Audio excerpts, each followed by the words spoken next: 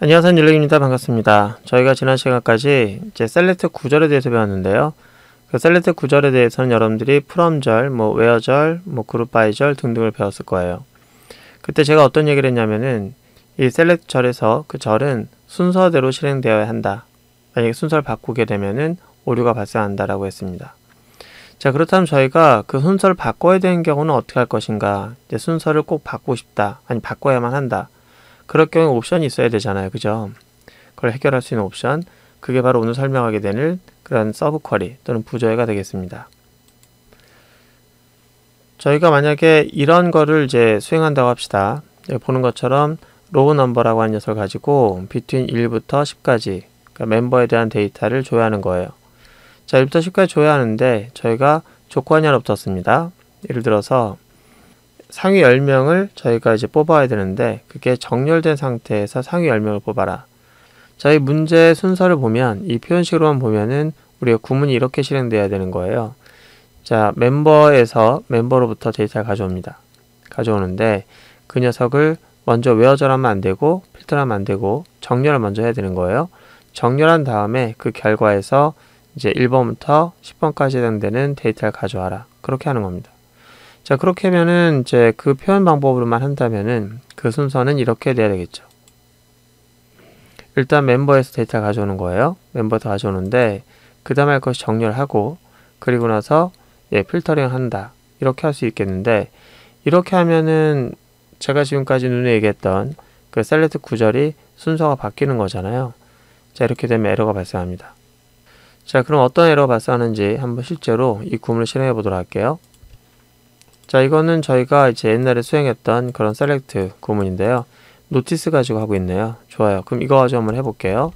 일단 where라고 하는 것을 하고 이제 여기서는 로우 넘버라고 하는 걸 하는데 between에서 1부터 10까지. 근데 저희는 10개가 없기 때문에 한 5개까지 하겠습니다.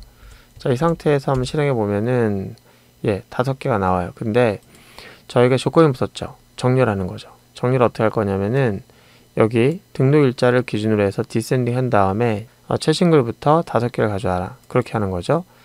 그러면은 정렬을 중간에다 한번 꽂아볼까요? 오더 바이 해서 레그 데이트를 기준으로 디센딩을 하겠습니다. 자, 그 상태에서 할 거기 때문에 자, 요 순서대로 실행되는 거죠. 얘는 제일 나중에 실행되는 겁니다.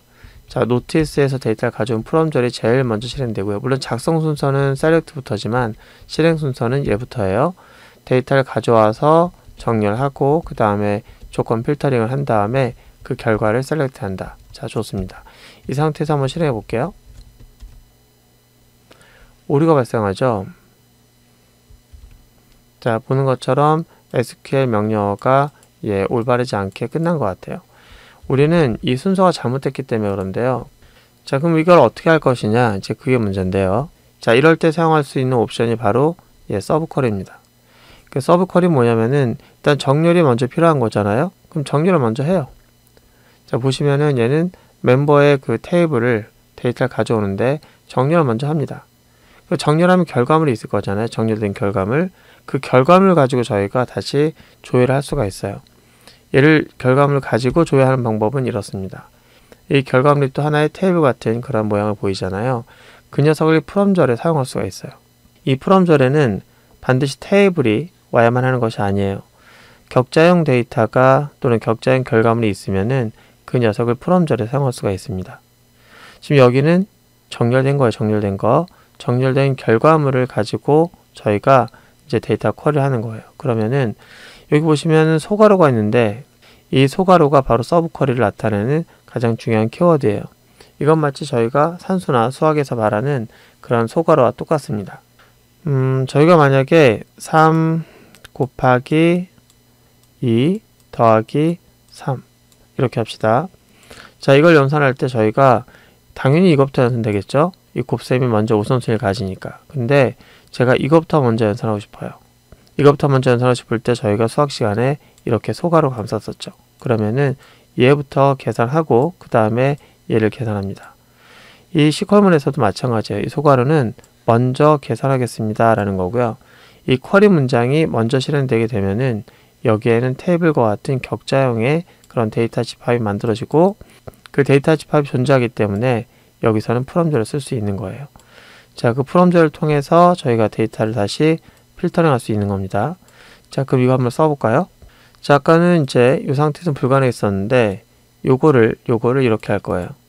자, 이제 노티스가 아니고 저희가 여기다 쓸 수 있는 녀석은 결과물을 가지고 쓸 거란 얘기죠. 여기다가는 셀렉트래요. 그래서 프롬한 다음에 노티스가 되는데 정렬만 할 거예요. 정렬만. 이 정렬이 된 결과물을 가지고 프롬절에서 다시 쿼리를 만들 거란 얘기죠. 자, 그럼 여기를 보기 좋게 이렇게 한번 한 줄을 만들어 볼게요. 자, 이렇게. 자, 한번 실행해 보겠습니다. 어때요? 제대로 된 걸까요? 자, 잘 모르겠으면 이렇게 하시면 되겠죠. 요 가운데 것만 먼저 실행해 볼 거예요.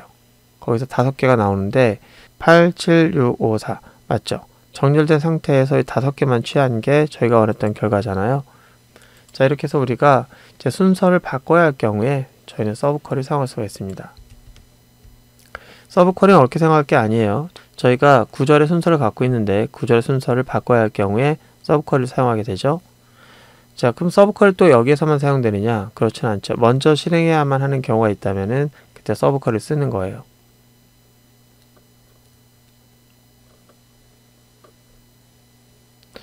자, 두 번째 예를 좀 들어볼게요.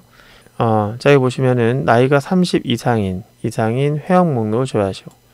자, 이거 뭐 어렵지 않죠? 외워져 하나만 쓰면 되니까 이렇게 해서 나이가 30 이상인 회원을 뽑았습니다.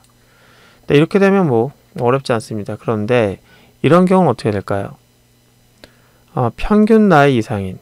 그러니까 30이라고 하는 걸로 이렇게 콕 집어줬을 때는 그냥 이렇게 비교하면 되는데 평균 나이는